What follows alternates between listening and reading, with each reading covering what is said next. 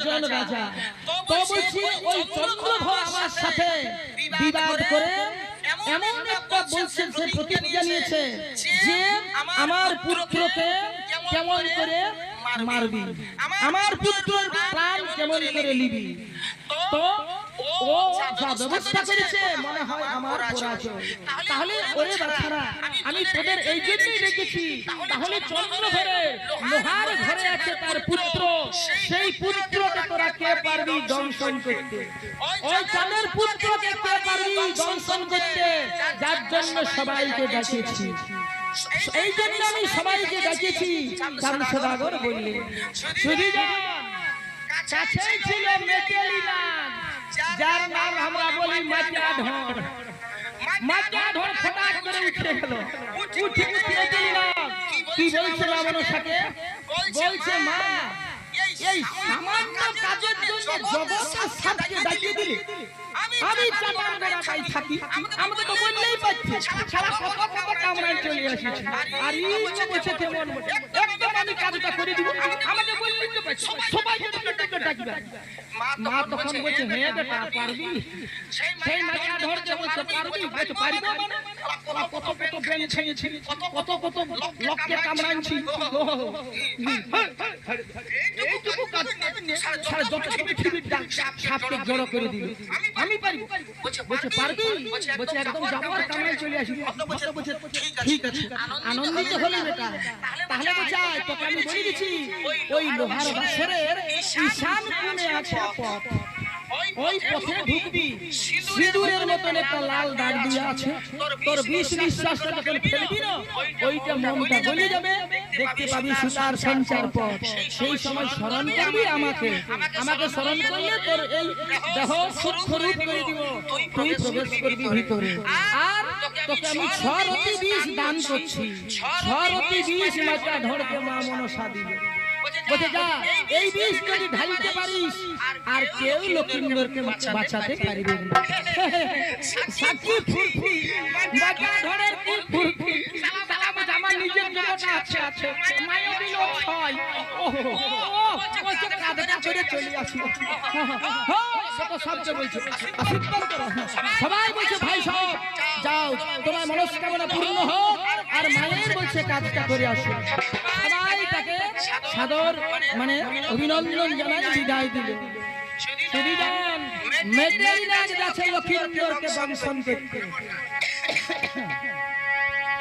সাবা যায় গো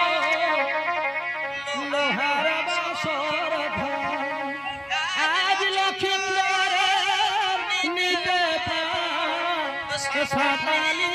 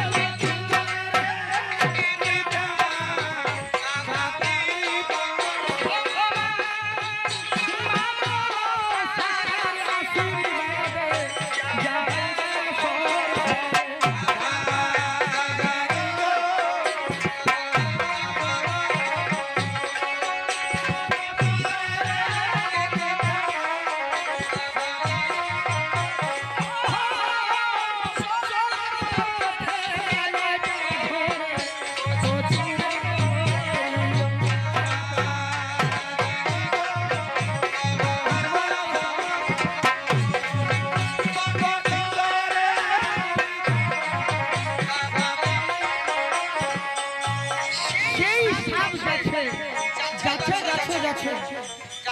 যাচ্ছে যাচ্ছে যাচ্ছে তো সারা মান কচুর বনে মাটিয়া ধর ঢুকিয়েছে, মান কচুর বনে মেটেলি নাগ যাচ্ছে, তো সেই মান কচুর ফাঁকে ফাঁকে ফাঁকে ফাঁকে যাচ্ছে, তো দেখছে এক জায়গায় ফাঁকা জায়গা, সারা ব্যাঙ আর বেলি বলে লড়াই লাগছে, তবে লড়াই হচ্ছে ব্যাং ব্যাঙ্গি মাটিয়া ধরে দেখিয়েছে বলছে বাপ রে মা আমাকে কত ভালোবাসে শালা কিশোর ছিল ছরতি রাস্তায় খাবারও রেখে দিয়েছে বলছে যদি কেমন চানসরা করে আমাকে তাড়া করে ফের বড়টাই দৌড়ে চলে আসি শালা ব্যাং ব্যাঙ্গিকে খাবো এই ব্যাং ব্যাঙ্গিকে না খালে আমি যাব না তাহলে কন্টিনিউ 20 রাখিব 20টা রাখিব কথা হ্যাঁ 20 মান প্রচুর মূলে ছরতি 20 কে রাখেছে আর বলছে যারা তো লাফালাফি করছে আমার দিকে যখন লাফায় আসবে তখন আমি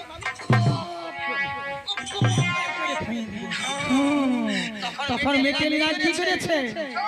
মুখ বিস্তারি আশা বসিয়া রহিল সাপা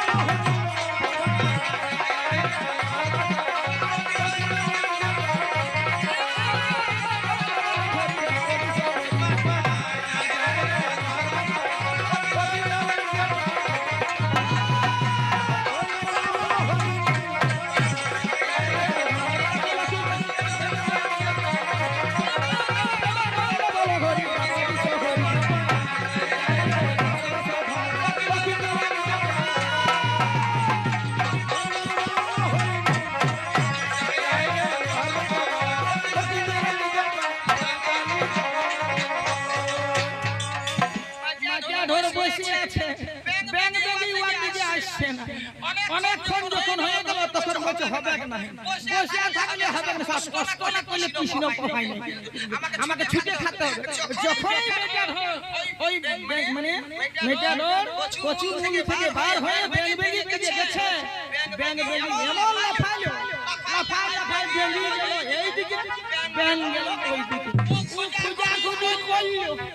খুঁজাখুঁজি করলো ব্যাং কই পাইলো না আর ব্যাঙ্গি কই পাইলো না এখন ব্যাং ব্যাঙ্গি হারালো আসেনি বসে কোন দিন 20 টাকা রাখলি রে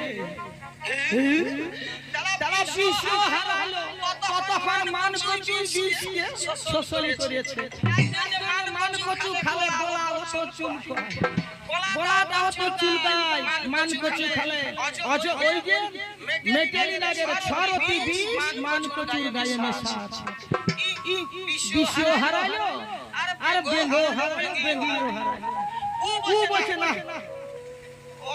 ঘুরে যাব মা কেন हमके দেখছে মা কেন দেখছে ওই মান কচুর বন থেকে মেটেলিনা ঘুরে চলে এলো সুজিবা মা মনসার কাছে মা মনসাই বলছে হে বেটা দংশন করলি বলছে দংশন করলি বলছে মা গো বাপরে বাপ লোহার আসর ঘর আজ বলছে যে লোকটা আছে মা আমি বাপ দিনের চেষ্টা করলি তো এমন ফেনাবার জন্য দৌড়ে আইলো আর আলো একটা পিটিয়া গেলে ধরা পড়ে যাব মা এইরকম আগে ওই ব্যবস্থাটা গুছাও নাইলে কেউ যেতে পারবে না বসে এমন ব্যবস্থা করেছে বলছে হ্যাঁ আমি তো মিছা বলছি গেইছিলি পারলি না তখন মানে মানে নেতাকে বলছে দেখ না ই কত দূর গেছিল ই কত দূর গেছিল নেতা দেবী তখন ধ্যানে বসে গেল ধ্যানে যাই যাই বলছে প্রাণ ধরছিল ই প্রাণ ধরছিল মান কচুর বনে ঢুকেছে মান কচুর বন থেকে ঘুরিয়েছে হ্যাঁ মা বিশ্বরী ধরেছে বলছে তুই কচু বন থেকে ঘুরলি বলছে না